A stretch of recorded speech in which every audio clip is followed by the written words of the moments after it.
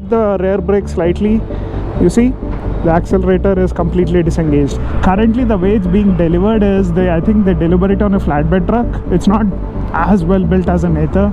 I just wish they ironed out few more things and released, because I've seen videos where scooters were going in reverse. If I get my BMW, I'll be stuck like 10 kilometers behind.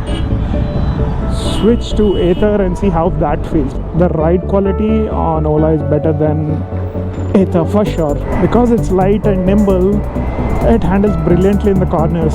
Performance and range, Ola beats this hands down. I think the battery management system on this is much better than the Ola.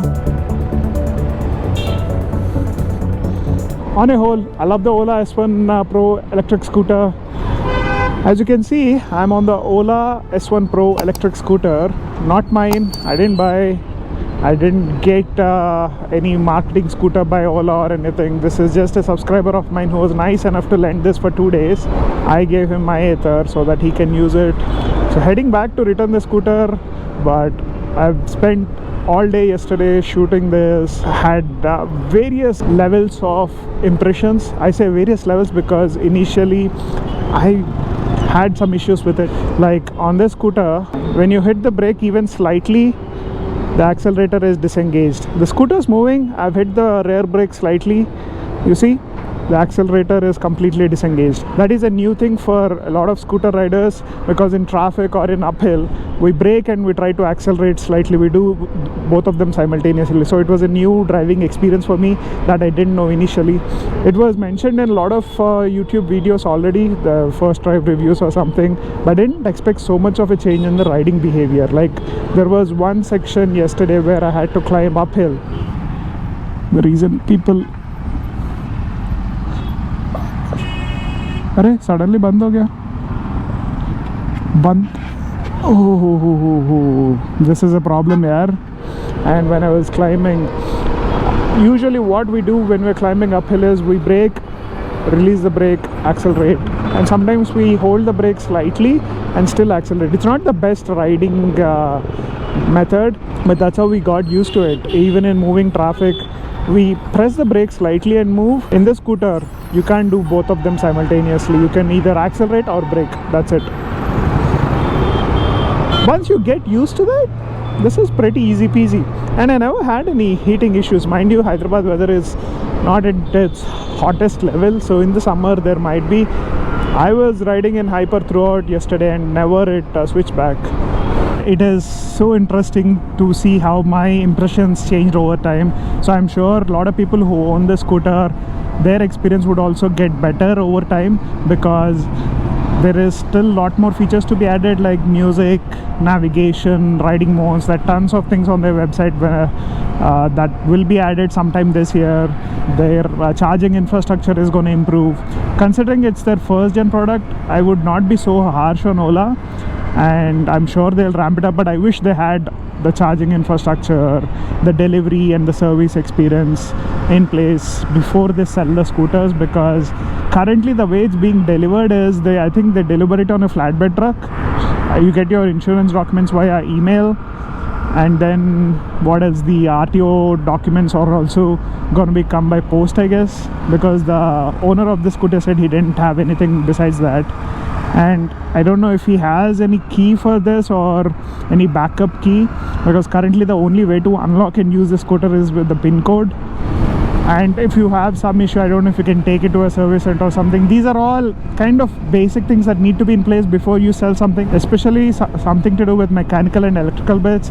You can't just sell it online and hope things get better and you would have a dealership and a service center. So I don't know how that's being currently handled. On their website they say they have a doorstep service facility. And another thing that I noticed is general build quality. Being a new scooter, everything looks and works fine. It's not as well built as an ATHER.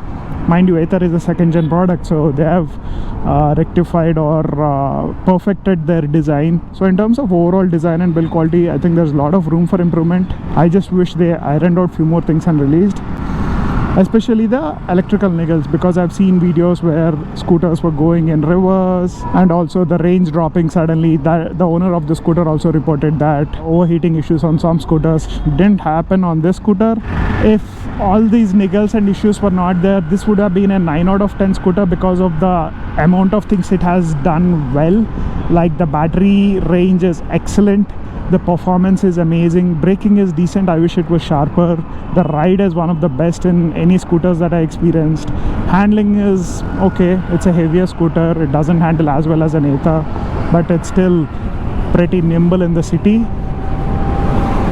And because of the wider section tires, you can corner quite well, but somehow I wish if the suspension was harder, the handling would be better. One big advantage with scooters in traffic is just how easy it is to maneuver here.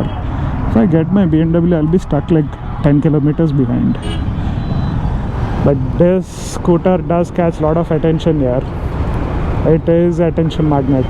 You know what? It would be really interesting now to switch to ATHER and see how that feels. If I am in the market currently to buy an EV electric scooter, if my options are ATHER and Ola S1 Pro, oh boy, that would be an interesting choice. Change of cockpit, change of view. Back on ATHER, the first thing that I noticed immediately is how small and low this is. That's it's taller, wider. There is a lot more room for my knees here.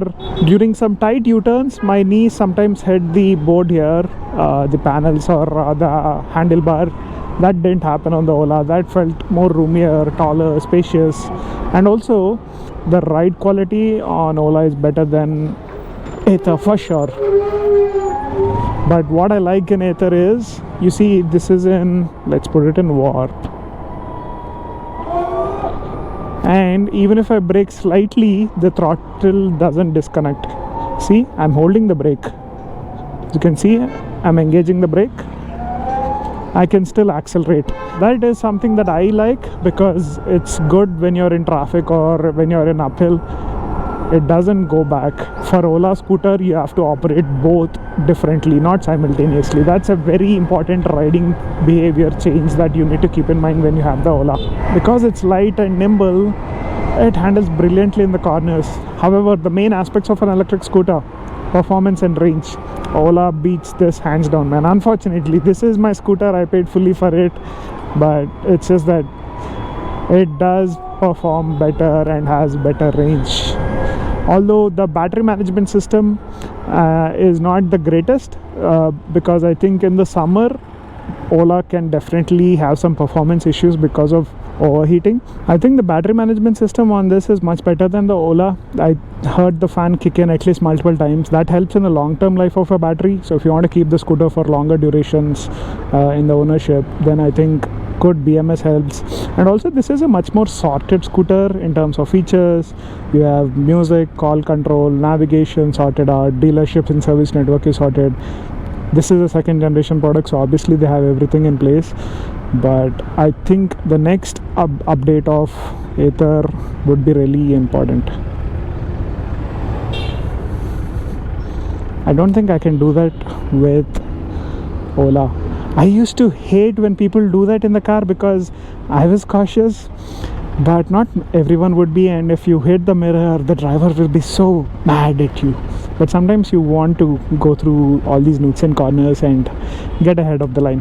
On a whole, I love the Ola S1 Pro electric scooter. It does have some teething issues and the build quality is not the greatest, but for a genuine product, it hits the basic points really well. Performance, range, I'm sure it's gonna be a big success if they can sort out delivery times, service experience, and other major things when you have an electric scooter. Anyway, that's it for today's video. Hope you enjoyed it. Let me know in the comment section, and in case you're watching this in night time, have a good night and take care.